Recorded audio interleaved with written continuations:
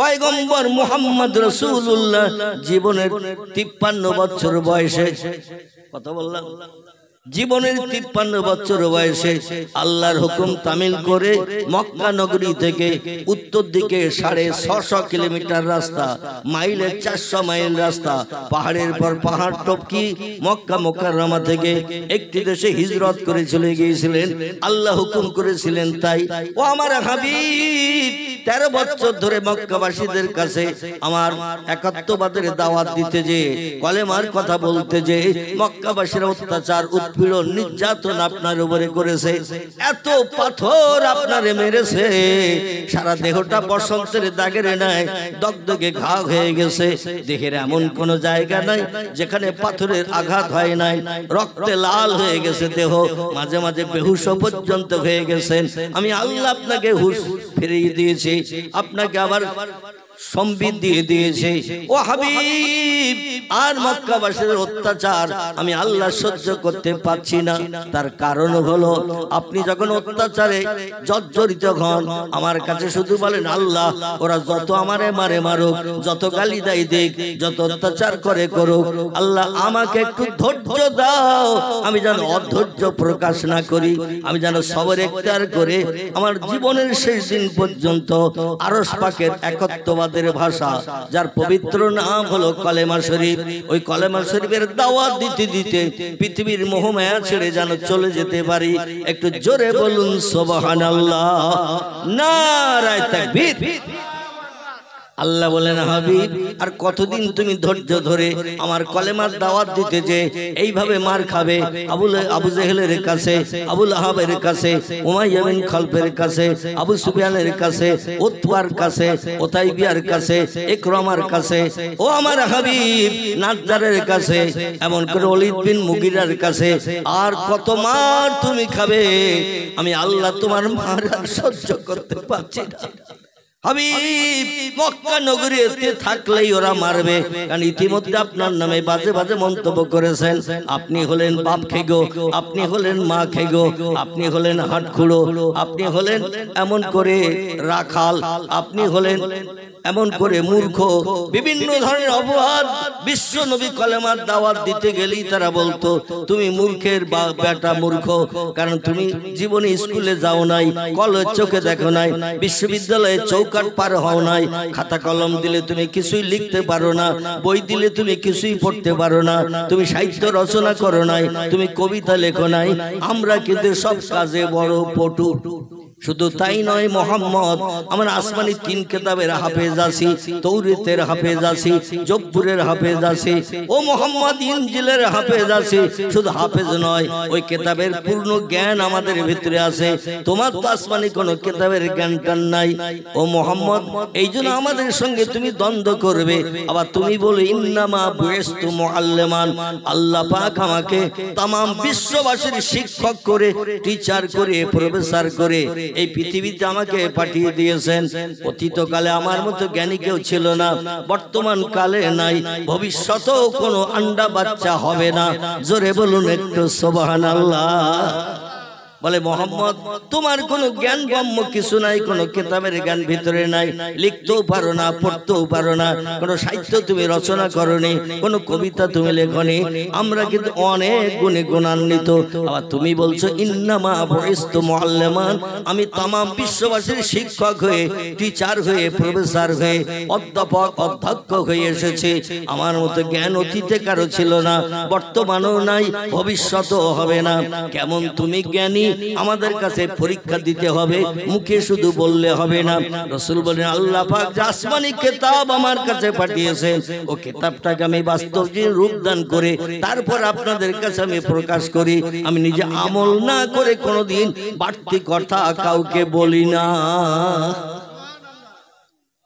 আমার ভাইরা, বিশ্ব নবী মুহাম্মদ রাসূলুল্লাহ এই হাদিস শরীফের 4টি আমলের ভিতরে একটি আমলের কথা বলেছেন, আমানতের সংরক্ষণ করবে, আমানতের খেয়ানত করবে না, পরের মালকে নিজের মাল মনে করে যেন বাজার করে খাবে না, নিজে আত্মসাৎ করবে না। পয়গম্বর মুহাম্মদ রাসূলুল্লাহকে 53 বছর বয়সে আল্লাহ পাক রব্বুল আলামিন এই মাসের আগের যে মাসটি চলে গেল, ওই মাসটির নাম ছিল রজব। কি নাম বলেন? রজব মাস। রজব শব্দের বাংলা অর্থ হলো বধির বা কালা।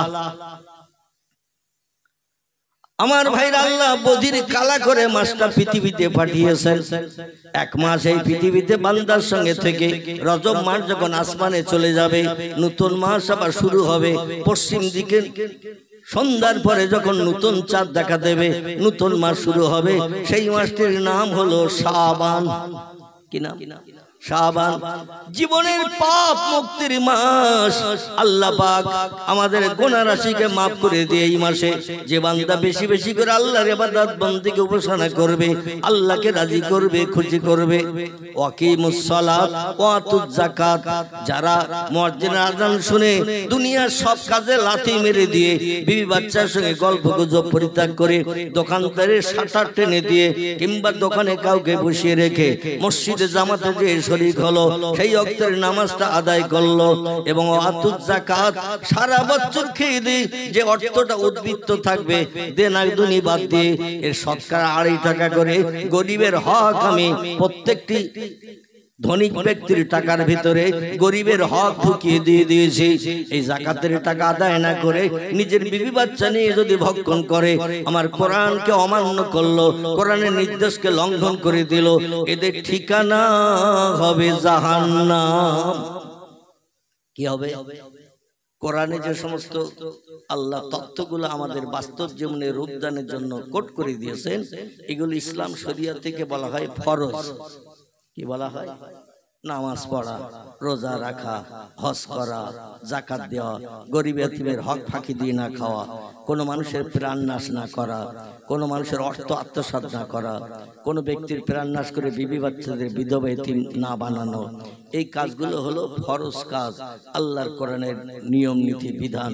এগুলোকে আমরা যারা লঙ্ঘন করব, কোরআনের মর্যাদা দেব না, আমাদের ঠিকানা হবে কোথায়? জাহান্নাম।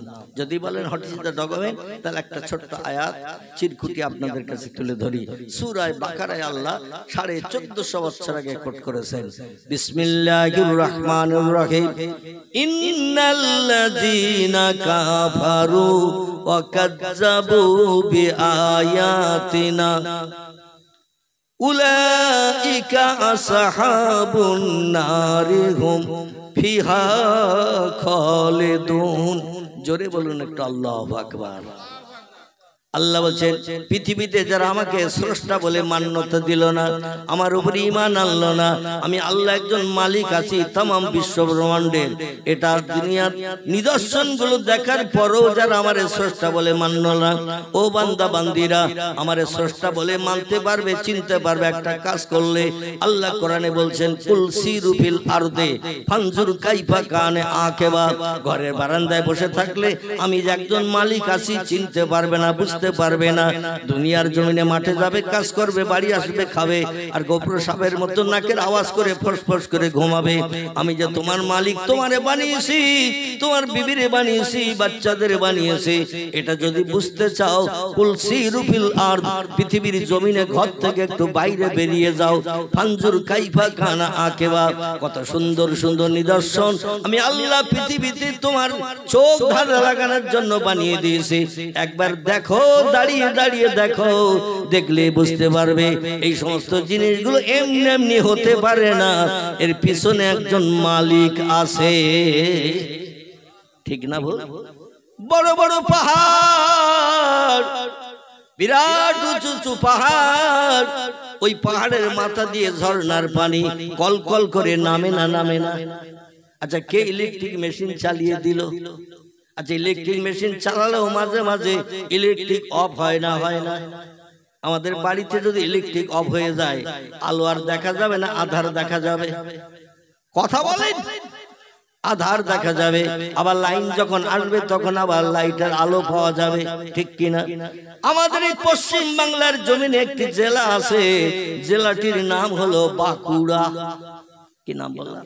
বাঁকুড়া বাঁকুড়া বেশি দূর যেতে বলবো না আপনাকে, এমন করে Japan, German, England, Holland, Poland, Italy, Brazil, Thailand, Singapore, Burma, Rangoon, অত দূরে আপনাকে যেতে বলবো না।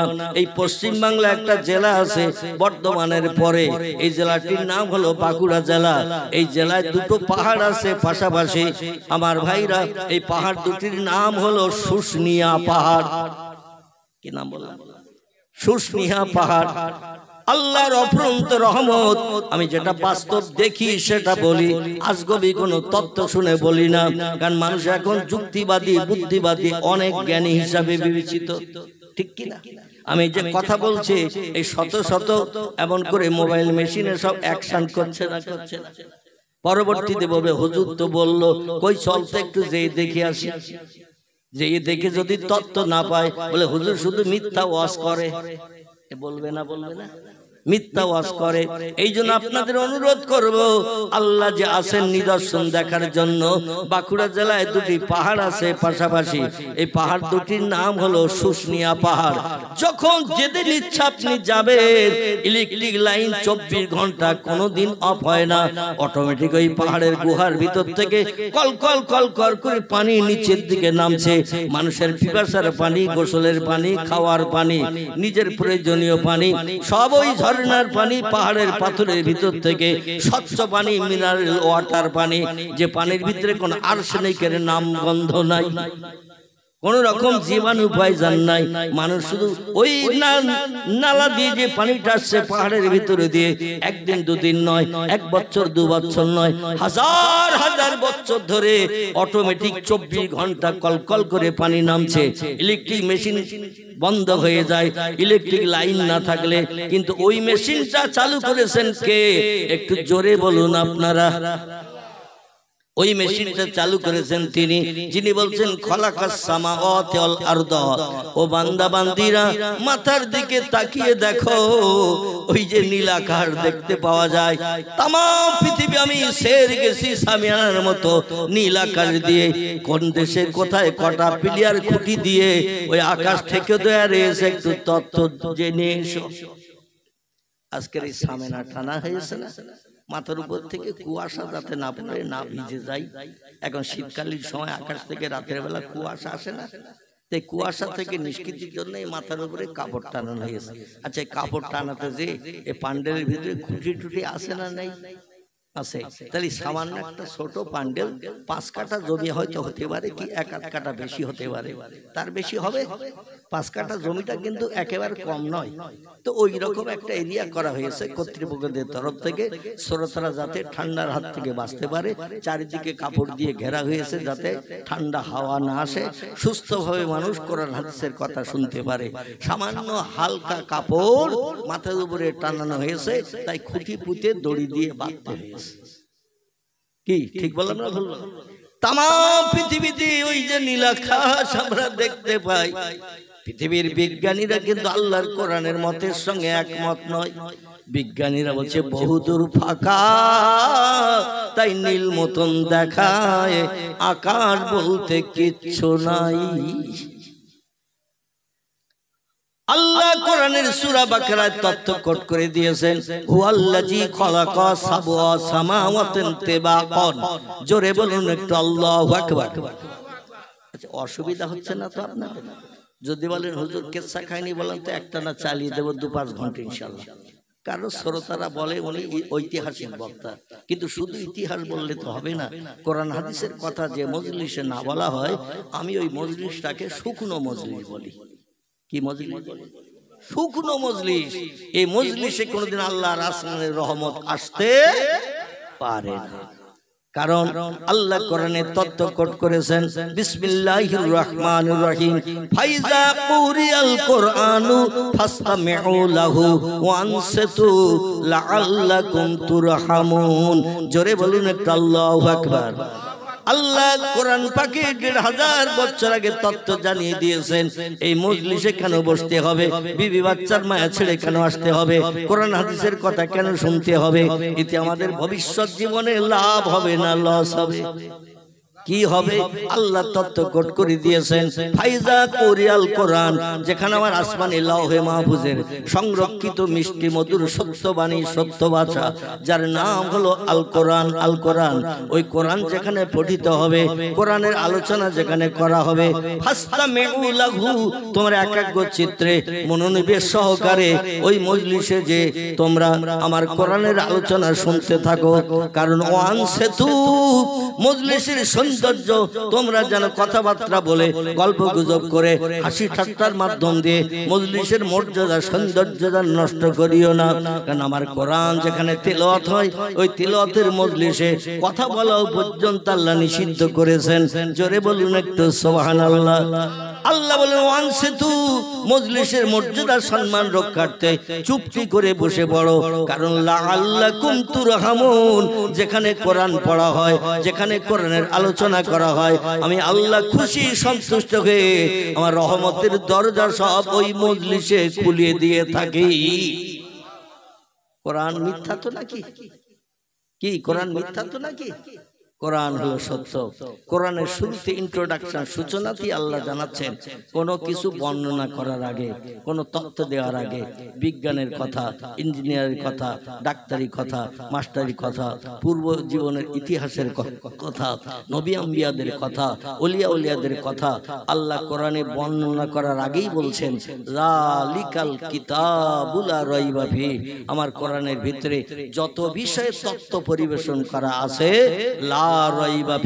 একটা তত্ত্বের ভিতরে কোন শকসভা মিথ্যা ভুল নাই জোরে বলুন একটু সুবহান এরপরও পৃথিবীর বিজ্ঞানীরা বলছে বহুদূর ফাঁকা তাই নীল মতন দেখায় আকাশ বলতে কিচ্ছু নাই আল্লাহ বলেন আমার সত্য কোরআন যার শুরুতে জানিয়ে দিয়েছে কোরআনের যত বিষয়ে তথ্য পরিবেশন করা হয়েছে যত নবী আম্বিয়াদের জীবনী কোট করা হয়েছে যত ওলিদের জীবনী কোট করা হয়েছে যত ডাক্তারি বিষয়ে আলোচনা করা হয়েছে যত বিজ্ঞান দর্শন ইঞ্জিনিয়ার থেকে শুরু করে ভূতত্ত্ববিদ সম্পর্কে যত তথ্য দেয়া হয়েছে সাগর শরীর সম্পর্কে যত তত্ত্ব দেয়া হয়েছে গাছপালা সম্পর্কে যত তত্ত্ব দেয়া হয়েছে লা রাইবা ফি কোন তত্ত্বের ভিতরে শস্য দানা পরিমাণ সন্দেহ নাই মিথ্যা নাই জোরে বলুন একটু সুবহানাল্লাহ এই সন্দেহ মিথ্যা যে নাই আল্লাহ তাই বললেন হুয়াল্লাযী খালাকা সাবআ সামাওয়াতিন তিবাকান ও দুনিয়ার বিজ্ঞানীরা ইঞ্জিনিয়াররা ডাক্তারেরা মাস্টাররা ভূতত্ত্ববিদেরা তোমরা শুনে নাও জেনে রেখে দাও উচ্চ শিক্ষিত হয়েছো এমএ পাস করেছো এমকম পাস করেছো এমএসসি পাস করেছো ল পাস করেছো ব্যারিস্টার হয়েছো উকিল হয়েছো জজ হয়েছো FRCS London first class first doctor হয়েছো তোমরা জানো উচ্চ শিক্ষিত হওয়ার কারণে আমার কোরআনের তত্ত্ব মিথ্যা এমন ধারণা জানো করিও না বরং আমি আল্লাহ আকাশ বানিয়েছি তোমাদের মাথার উপরে এই কটি সাবওয়া সামাওয়াতিন তিবাকান আল্লাহ বলছেন মাঝে মাঝে ফাঁকা দিয়ে দিয়ে গায়ে গায়ে নয় মাঝে মাঝে ফাঁকা দিয়ে দিয়ে আমি আকাশ বানিয়েছি 7টি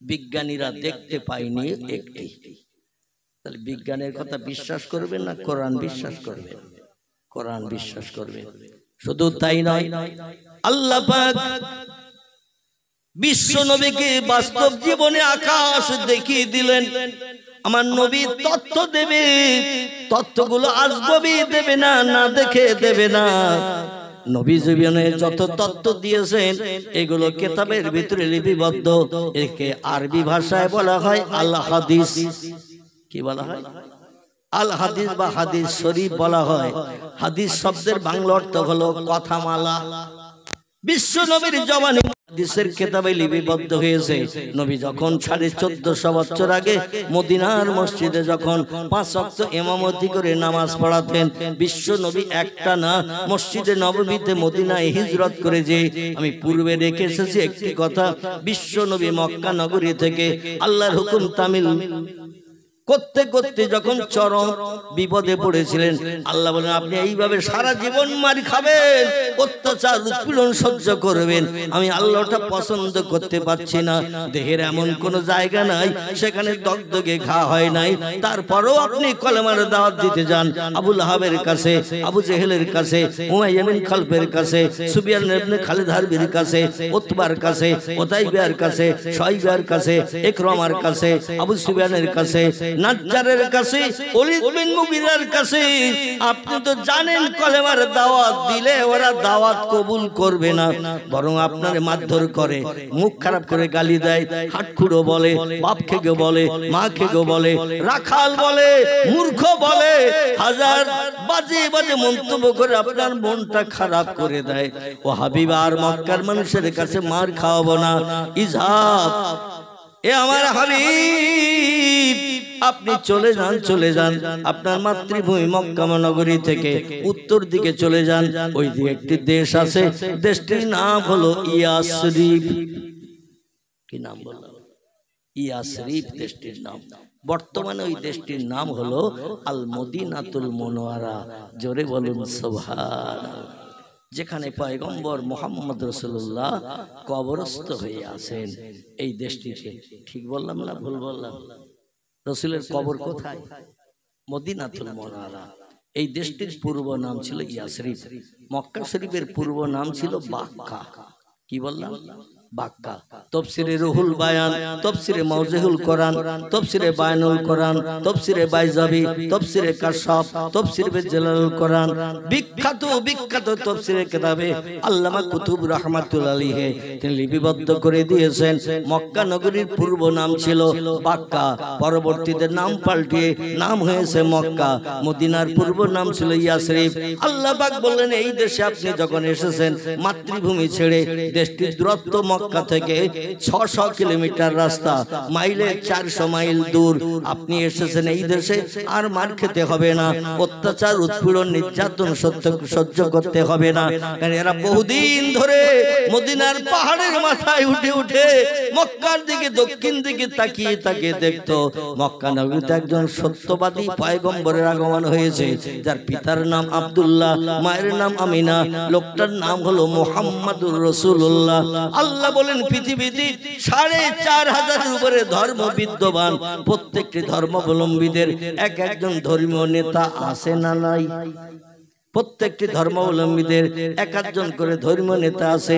নেতারা যেভাবে নেতৃত্ব দেয়, যেগুলো মানতে বলে জনগণ সেগুলো মেনে চলে।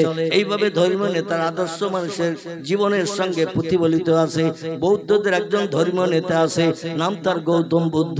ইহুদিদের একজন ধর্মীয় নেতা আছে, নাম তার মোসেস বা মুসা। খ্রিস্টানদের একজন ধর্মীয় নেতা আছে, নাম তার ঈসা বা যিশু। হিন্দু ভাইদের একজন ধর্মীয় নেতা আছে, নাম তার রামকৃষ্ণ পরমহংসদেব। আমাদের ধর্মীয় নেতা আছে না নাই? আমাদের ধর্মীয় নেতা আছে। 4500 ধর্মাবলম্বী এই পৃথিবীতে যদি বসবাস করে, এই 4500 ধর্মাবলম্বীদের প্রত্যেকের একটা না একটা ধর্মীয় নেতা আছে। কোন নেতা যে সেরা, কোন নেতা যে শ্রেষ্ঠ, আপনাকে যদি যাচাই করে ঠিক করতে বলা হয়, জন্মগ্রহণের পর থেকে নিয়ে মরণ পর্যন্ত কোন নেতাটা আসল, কোন নেতাটা ভালো, যার চরিত্রে কোনো কালিমা নাই, যার কথাবার্তায় কোনো ভুল নাই, এইটা যাচাই করতে গেলে জন্ম থেকে নিয়ে মরণ পর্যন্ত যদি তার জীবন আদর্শ যাচাই করতে যান, আপনি বুড়ো হয়ে মারা যাবেন, তাও নেতা কোনটা ভালো ঠিক করতে পারবেন না। কারণ একটা দুটো পাঁচটা দশটা নয়, 4500 ধর্ম নেতা নিয়ে এক জায়গায় টালি করতে হবে।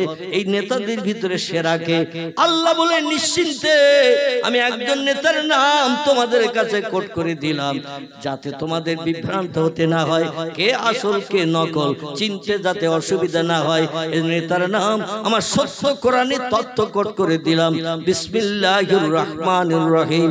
ওমা মুহাম্মাদুন রাসূলুন কদ খালাত মিন ক্বাবলিহির রাসূল। জোরে বলুন একটু সুবহান। আর একটু জোরে বলা যাবে না? তাবারুক একেবারে খারাপ নয়, মোটামুটি তাবারুক ভালো আছে। আমি যেটা কমিটি ছেলেদের কাছে শুনলাম, আপনারা তো একটু আগে খেতে যাননি, ইনশাল্লাহ শেষের দিকে পরিবেশন হবে কর্তৃপক্ষের তরফ থেকে। অতএব ভালো তাওয়ারুকের জন্য একটু কথার আওয়াজ কি বাড়ানো যাবে না?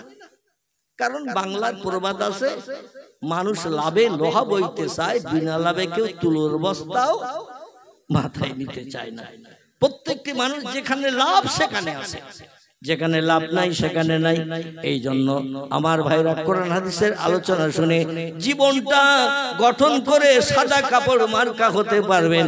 বাড়ি যাওয়ার সময় যদি বসিয়ে না খাওয়ায়, একটা করে ক্যারি ব্যাগের প্যাকেট তো হাতে দেবেন, ঠিক কিনা? সেই দিকে লক্ষ্য রেখে মজলিসের মর্যাদা রক্ষার্থে জজবা তৈরির জন্য একটু জোরে আওয়াজ তুলতে বলি। সকলে একটু আওয়াজ দিয়ে বলেন নারায়ে তাকবীর, নারায়ে তাকবীর। মহান ইসলামী জলসা, মহান ইসলামী জলসা, আল কোরআনের আলো,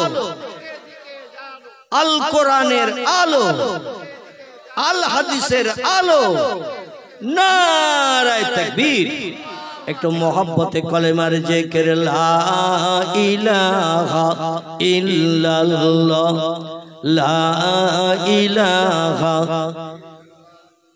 লা ইলাহা ইল্লাল্লাহ মুহাম্মাদুর রাসূলুল্লাহ।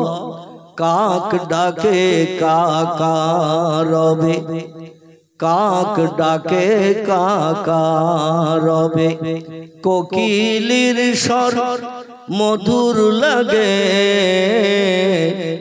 ডাকে সেই শীতের হাওয়ায়, আল্লাহ ছাড়া মাবুদ নাই, বলো লা ইলাহা ইল্লাল্লাহ।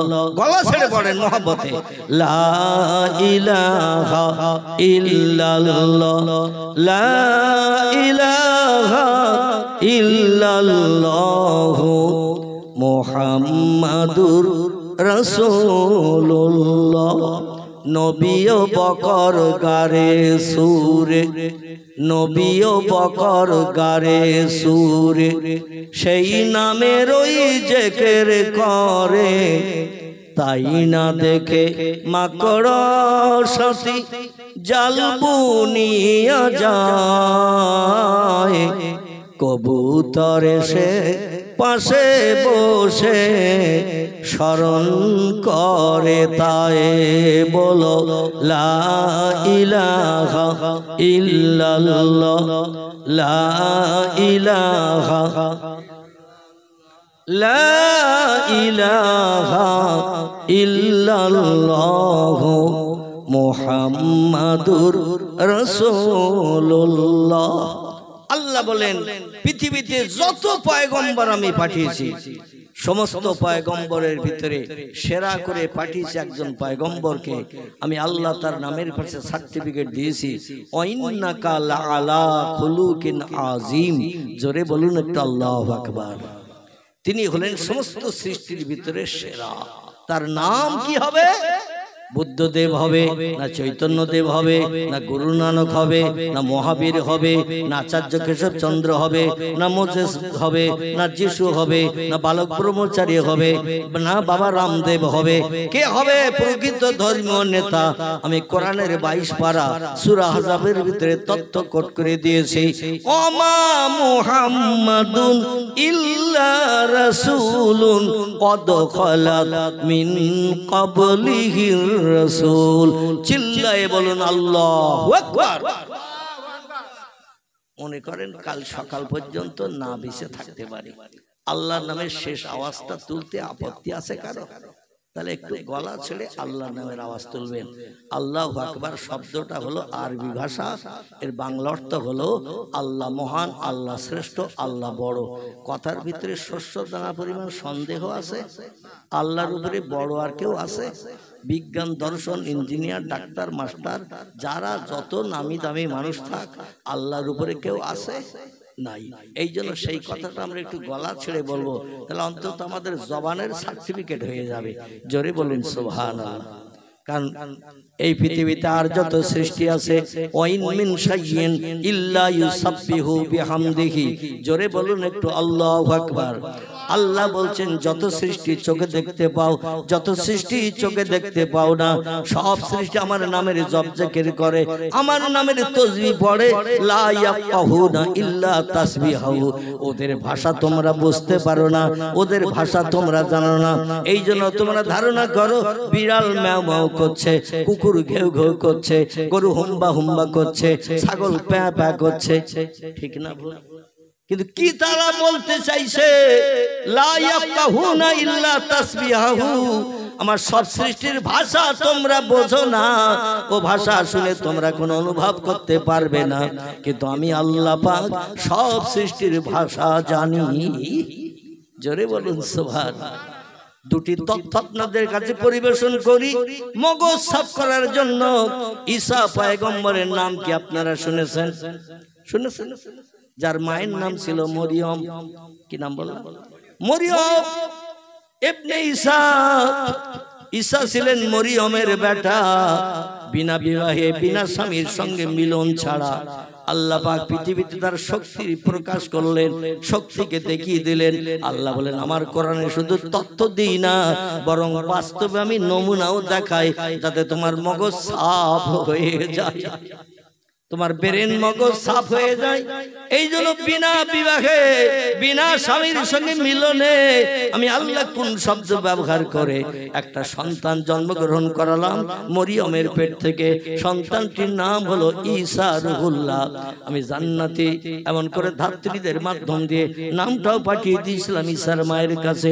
জঙ্গলের ভিতরে ঈসার মা সন্তান প্রসব করে পা দুটো লম্বা করে বেটাকে কোলে নিয়ে বসে আছে সিরিয়ার জঙ্গলে।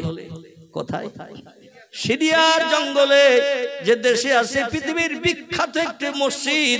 মসজিদটির নাম হলো বাইতুল মুকাদ্দাস। কি নাম? বাইতুল মুকাদ্দাস। খুব সংক্ষেপ করে বলি, এই বাইতুল মুকাদ্দাসের ভিত গেড়েছিলেন যিনি, তার নাম ছিল পয়গম্বর দাউদ নবী।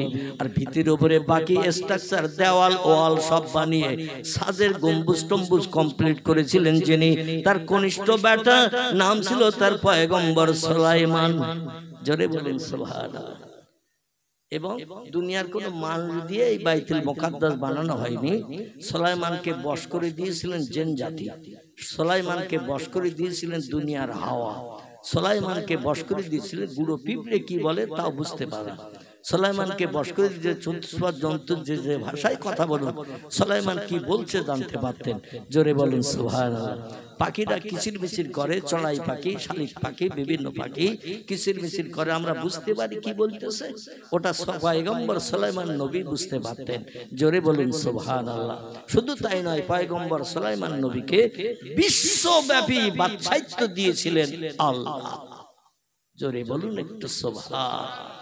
বর্তমান পৃথিবীতে দেশের সংখ্যা হলো 256টি। কটা বললাম? 256টির মতো দেশ। কিছুদিন আগে ছিল 228টি। তাম পৃথিবীতে দেশের সংখ্যা ছিল 228টি।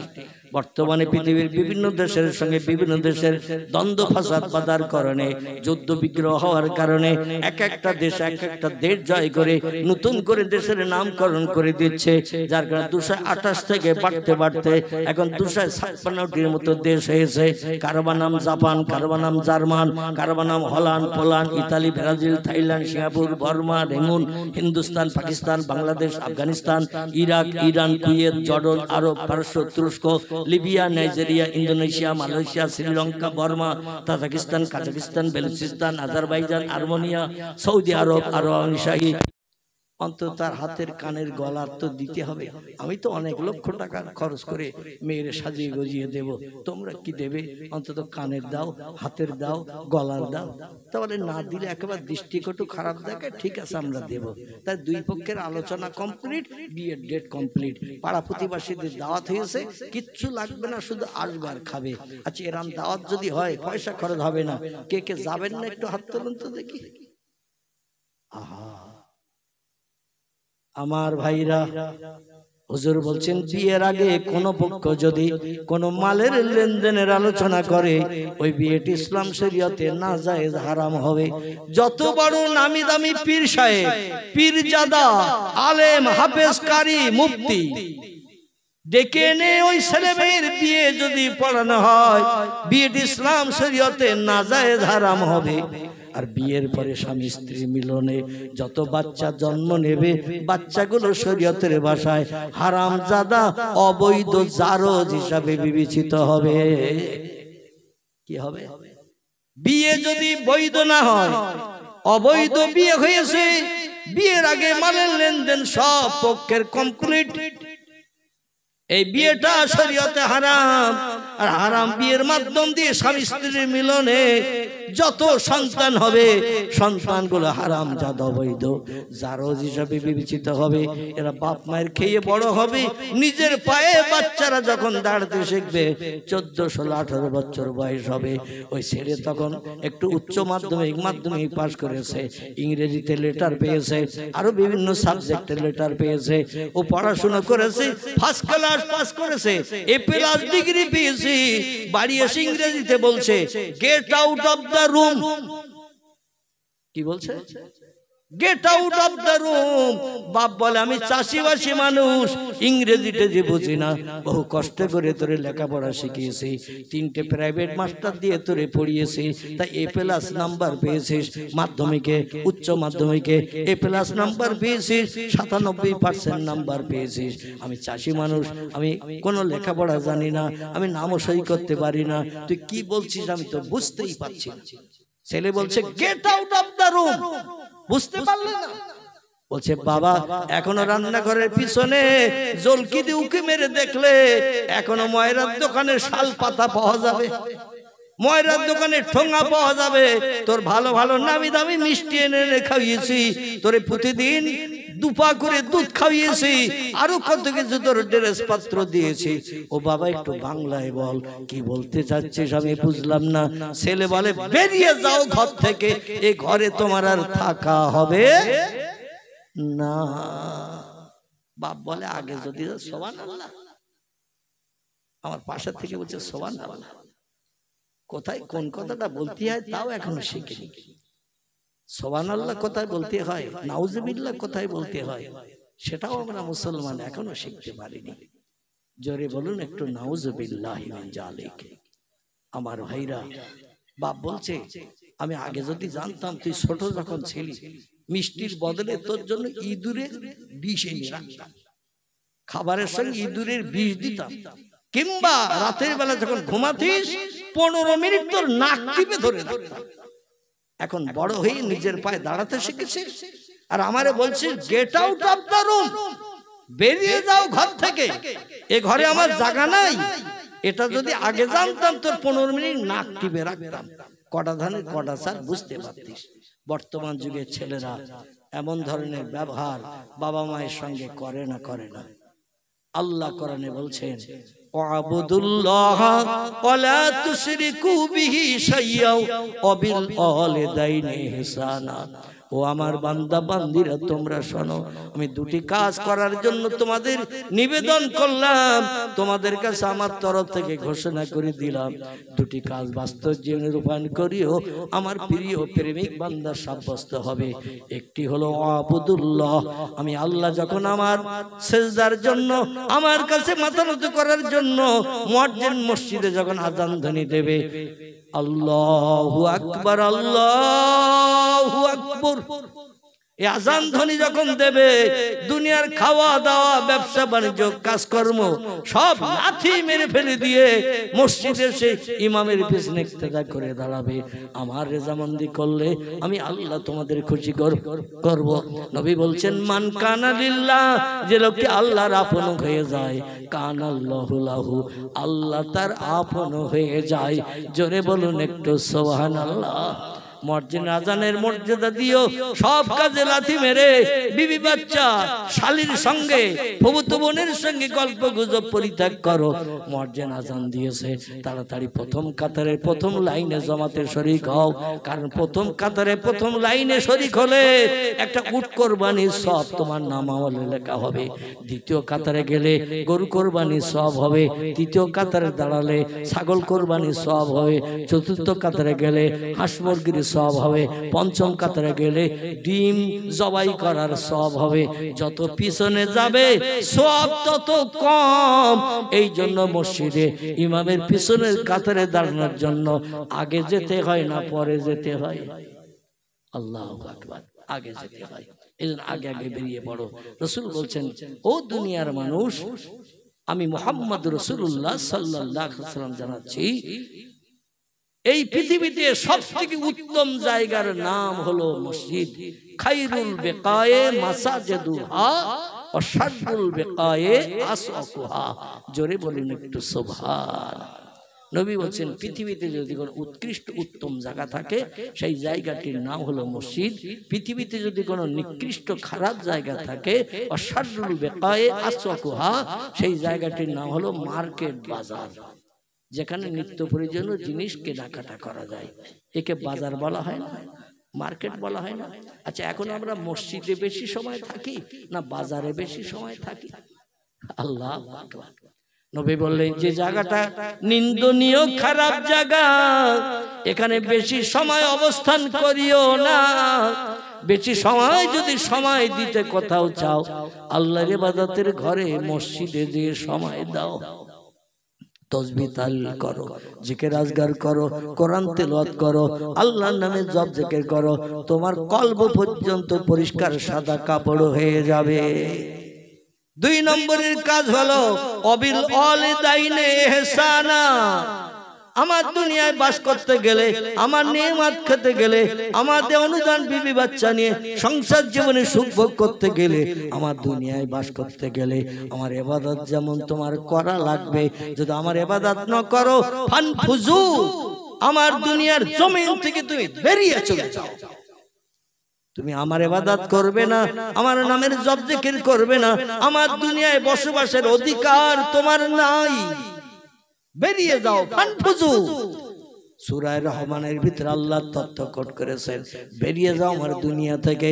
যে দেশে চাঁদ উদয় হয় না, যে দেশে সূর্য ওঠে না, যে দেশে রাত হয় না, যে দেশে দিন হয় না, এইরকম কোন দেশ তোমার জানা থাকলে সেখানে যাও। আমার মুয়াজ্জিনের আজানের মর্যাদা দিতে হবে না। আচ্ছা, এরকম কোন দেশ পৃথিবীতে আছে নাকি যে দেশে রাত হয় না, দিন হয় না, নদীতে জোয়ার হয় না, ভাটা হয় না? এরকম দেশ কি আছে নাকি? নাই, নাই, নাই। আল্লাহ বলছে, রাগের মাথায় বলেছি বেরিয়ে যাও আমার দুনিয়া থেকে, কিন্তু লা তানফুজুনা, আমার পৃথিবী ছাড়া কোথাও যাওয়ার জায়গা পাবে না। আমার দুনিয়া ছাড়া কোথাও যাওয়ার জায়গা পাবে না। এজন্য আমার ইবাদত তোমাকে করতেই হবে। দুই নম্বরের কাজ হলো অবিল ওয়ালিদাইনে ইহসানা, বাপ মায়ের সঙ্গে ব্যবহারটা একটু ভালো রেখে দেবে। আল্লাহ কোরআনে বলছেন, ইল্লা উফে ওয়াকিলাহুমা ইল্লা উফি, তোমার বাপ মায়ের সঙ্গে এমন আচার ব্যবহার করেছো, এমন ব্যবহার তুমি দেখিয়েছো, মা কষ্টের মাঝখানে পড়ে আহ উহ এরকম শব্দ যদি তোমার মা উচ্চারণ করে, তোমার আচার ব্যবহার কাজকর্মে কষ্ট পেয়ে এইরকম শব্দ যদি বার করে, তুমি যত বড় হাজি হও, যত বড় গাজী হও, যত বড় আলেম হও, যত বড় মুফতি হও, যত বড় কারি হও, তোমার ঠিকানা হবে জাহান্নাম। জোরে বলুন একটু নাউজুবিল্লাহ। এই জন্য বাপ মায়ের সঙ্গে সম্পর্ক ভালো রাখতে হবে। যাদের বাপ মা হায়াতে বেঁচে আছে, রাসূল বলছেন, হুমা জান্নাতুকা হুমা নারুকা। বাপ মা যাদের বেঁচে আছে তাদের জান্নাতে যাওয়ার দরজা খোলা। যাদের বাপ মা বিদায় হয়ে গেছে, একরকম জান্নাতে যাওয়ার রাস্তা তাদের বন্ধ হয়ে গেছে। এই জন্য অনুরোধ রাখবো এই গোবিন্দপুরের যুবক ভাইদের কাছে, যাদের বাপ মা বেঁচে আছে তাদের সঙ্গে একটু সদাচরণ করবেন, ভালো ব্যবহার করবেন, নরম ভাষায় কথা বলবেন, যেন মার মনে বাপের মনে কষ্ট না লাগে। সকলে বলুন একটু আমিন। এই যুবক ভাইরা তোমরাই বলো আমিন। পয়গম্বর মুহাম্মদ রাসূলুল্লাহ ডেকে বললেন, আলী তুমি কি মসজিদে নববীতে এই রকম কথাটা বলেছো যে নবীর থেকে আমার এক জায়গায় দাম বেশি, মর্যাদা বেশি, সম্মান বেশি? আলী বলছেন, না ইয়া রাসূলুল্লাহ, আমি বলেছি। রাসূল বলছেন, তুমি আমার থেকে বেশি দামি, বেশি মর্যাদাবান, বেশি সম্মানী, তুমি কি কারণে, কোন খাতিরে, কোন ডকুমেন্টে তুমি এই তথ্যটি দিলে? আলী বলছেন, ইয়া রাসূলুল্লাহ, আপনার মুখে জবানে শুনেছি তাই বলেছি, ওটা আমার ব্যক্তিগত চিন্তা ভাবনার ফসল নয়, আপনার মুখে শুনেছি তাই বলেছি। রাসূল বলছেন, আমি এমন কি তথ্য দিয়েছি এই মসজিদে নববীতে, তুমি সেই তথ্যের প্রতিদান স্বরূপ বলছো এক জায়গায় আমার থেকে তোমার দাম বেশি, মর্যাদা বেশি, তাহলে তথ্যটা দাও, সবাই শুনে খুশি হোক, মগজের দুশ্চিন্তা দূর হোক। আলী বলছেন, ইয়া রাসূলুল্লাহ, আপনার সাহাবীদের আমার তথ্যটা শুনতে বলেন। হযরত আলী বলছেন, ইয়া আখি, ইয়া আখি, এ আমার ভাইরা, মসজিদে নববীর মুসল্লিরা, নবীর সাহাবীরা, শোনো, আল্লাহ নবীর মুখে আপনারা এই ওয়াজটি কি শোনেননি? নবীর মুখের এই জবানি কি শুনেননি? আল্লাহ নবী মসজিদে নববীর মেম্বারে বসে একদিন ওয়াজ করতে করতে বলেছিলেন, আনা মদিনাতুল ইলমি ওয়া আলিউন বাবুহা, আমি হলাম জ্ঞানের শহর, আর এই শহরের দরজা হলো হযরতে আলী। এটা কি কোনোদিন শুনেছো?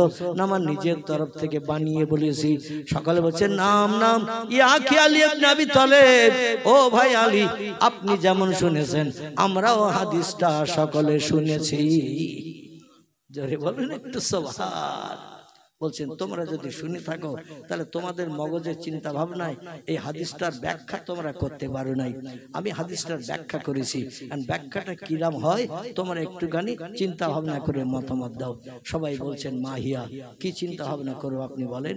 আলী বলছেন, আমি এই জন্য বলেছি, একটা জায়গায় নবীর থেকে আমার দাম, মর্যাদা, সম্মান বেশি, সেটা হলো কোনো ব্যক্তি যদি প্রিয় নবী মুহাম্মদ রাসূলুল্লাহ সাল্লাল্লাহু আলাইহি সাল্লামের সঙ্গে নিজের প্রয়োজনে সাক্ষাৎ করতে, দেখা করতে আসে, আর নবী যদি কোন একটা ঘরের ভিতরে থাকে, খুব ভালো করে বোঝেন। আলী বলছেন, নবী যদি কোনো ঘরের ভিতরে বিশ্রামে থাকে, আর দূরবর্তী কোনো মেহমান নবীর সঙ্গে প্রয়োজনে সাক্ষাৎ করতে এসেছে, হাদিস শুনবে, নিজের সমস্যার সমাধান করবে, ফতোয়া শুনবে। এখন নবীর সঙ্গে দেখা করতে আসলে কিভাবে নবীর সঙ্গে ঘরের ভিতরে দেখা করবে? বলে ওই ঘরে নিশ্চয়ই দরজা থাকবে, না থাকলে নবী ঘরের ভিতরে থাকতে পারে না, দরজা দিয়ে মানুষ ঢোকে বার হয়, প্রয়োজনে যাওয়া আসা করে। হযরত আলী বললেন, শোনো, নবী যদি ঘরের ভিতরে থাকে, কোন সাহাবী যদি নবীর সঙ্গে দেখা করতে আসে, তাহলে আমি হলাম সেই ঘরের দরজা। নবী বলছেন, আনা মদিনাতুল ইলমি আলিউন বাবুহা, আমি হলাম জ্ঞানের শহর, শহরের দরজা আলী। আমি আলী যদি জ্ঞানের দরজা হয়ে থাকি, তাহলে আমার সঙ্গে ওই লোকটার দেখা করতে হবে। নবীর সঙ্গে দেখা করার জন্য কবার? বুঝতে পেরেছেন? আলী বলছেন, নবীর সঙ্গে দেখা করতে গেলে আমার সঙ্গে লোকটা দেখা করতে হবে কবার? সবাই চিন্তা ভাবনা করে বললেন, নবী যদি ঘরের ভিতরে থাকে, নবীর সঙ্গে দেখা করতে ঘরে ঢুকতে হবে, নিজের কাজ মিটিয়ে, প্রয়োজন মিটিয়ে আবার ঘর থেকে বেরিয়ে আসতে হবে, তাহলে আলীর সঙ্গে দেখা করার দরকার হবে কবার? আল্লাহ বলছে, আমার সঙ্গে ওই লোকটির দেখা করতে হবে দুবার, নবীর সঙ্গে দেখা হবে একবার। এইখানে আমার দাম নবীর থেকে বেশি না কম? সবাই বলছেন, নাম নাম, ইয়া কি আলী ইবনে আবি তালিব, এত জ্ঞান আল্লাহ তোমার মগজে দিয়েছে, সে জ্ঞানের প্রসার তুমি করে আমাদের ব্রেন মগজ সাফ করে দিয়েছো। এখান থেকে জীবনে যতদিন বাঁচবো তোমার জ্ঞানের সঙ্গে আমরা কোনোদিন পাল্লা দেব না। জোরে বলুন একটু সুবহানাল্লাহ, নারায়ে তাকবীর। আমার ভাইরা, দেখতে দেখতে 2 ঘন্টার উপরে হয়ে গেছে। সকালে একটু দাঁড়িয়ে যান, প্রিয় নবীর দরবারে সোনার মদিনায় একটু সালাম পেশ করে নেই। ইয়া নবী,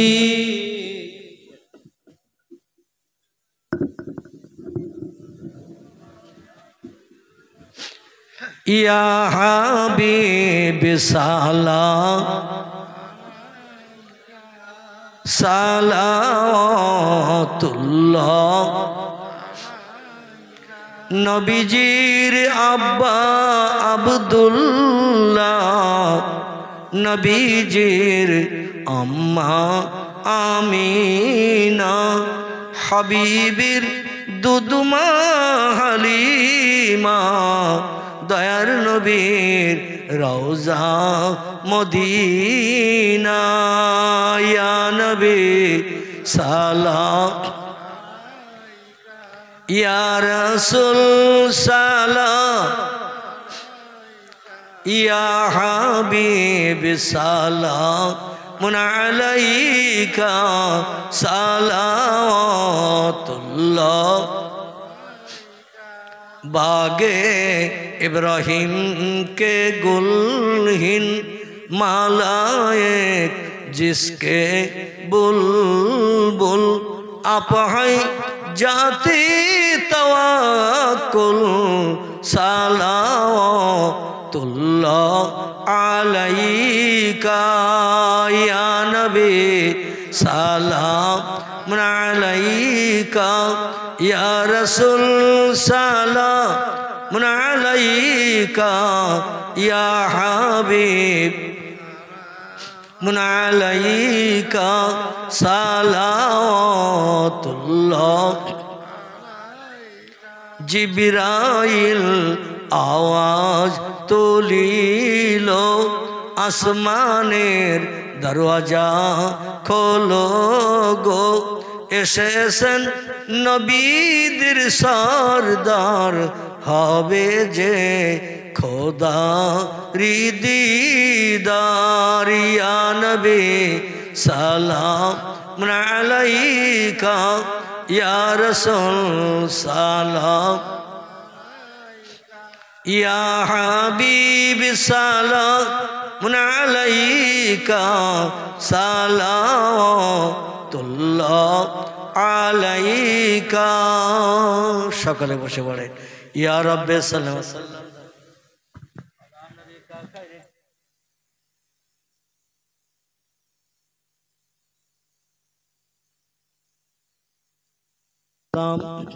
बरगुजीदा नबी पर अपने मदाम प्राण भरे पढ़ुन बालागाल ओला बेकमालिही कशफत दुजा बेजमालिही हसनत जमीउ खिसालिही सल्लु अलैहि। আরবের বুকে মক্কার পরে, আরবের বুকে মক্কার পরে মানার যেথায় ঘর, খোদার করুণা কাউসার হয়ে ঝরসে বারংবার। বালাগাল ওলা বেকামালিহি কশফত দুজা বেজমালিহি हसनत जमीओ खिसालिही सल्लु अलैहि वालिही। 2 ঘন্টা 15 মিনিটের মতো হয়ে গেছে, এখন আর দোয়া বাকি। সকলে বিসমিল্লাহ সহ সূরা ফাতিহা আলহামদু শরীফ একবার পড়েন, সূরা ইখলাস কুল আল্লাহ শরীফ 3 বার পড়েন, কয়েকবার একটু দরুদ শরীফ পড়ে নেন। আমাদের কারওয়া বাপ কারওয়া মা দাদা দাদি আপনজন যারা নীরব নগর অন্ধকার কবরে দীর্ঘদিন কবরস্থ হয়ে আছেন, তাদের আত্মার কল্যাণের জন্য আমরা এই রাতের গভীরে বিশেষ করে শাবান মাসের শুভলগ্ন আল্লাহর কাছে একটু কামনা করব। আমরা সকলে করব বিসমিল্লাহ আলহামদুলিল্লাহ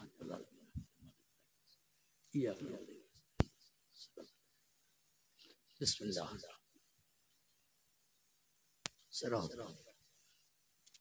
বিসমিল্লাহ বিসমিল্লাহ আল্লাহুম্মা সাল্লি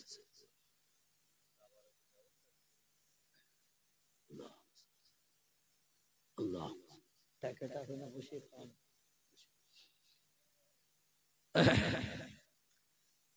দোয়া শেষে কর্তৃপক্ষদের তরফ থেকে বিশেষ তাবারুকের ব্যবস্থা আছে, সকলে একটু ধৈর্য ধরে আপনারা তাবারুকে শরীক হয়ে যাবেন।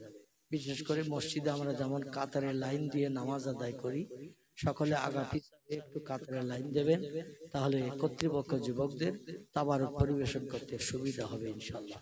যে যা পড়েছেন অধমের উপরে হাওলা করে দিন, সকলে দুখানা করে হাত মহান মাবুদের দরবারে একটু উঠান।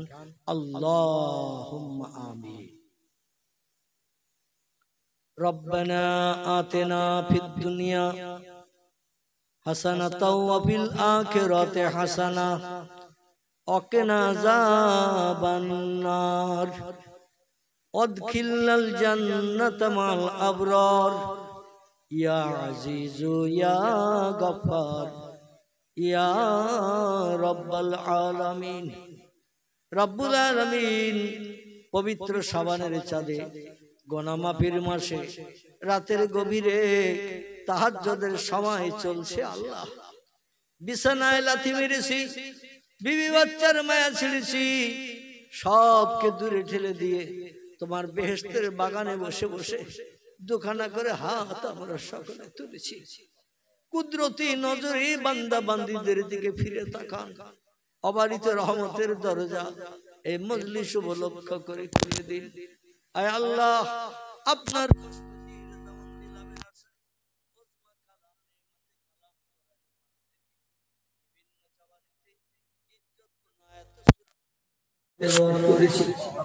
আপনার হাবিবকে আমরা চোখে দেখি নাই।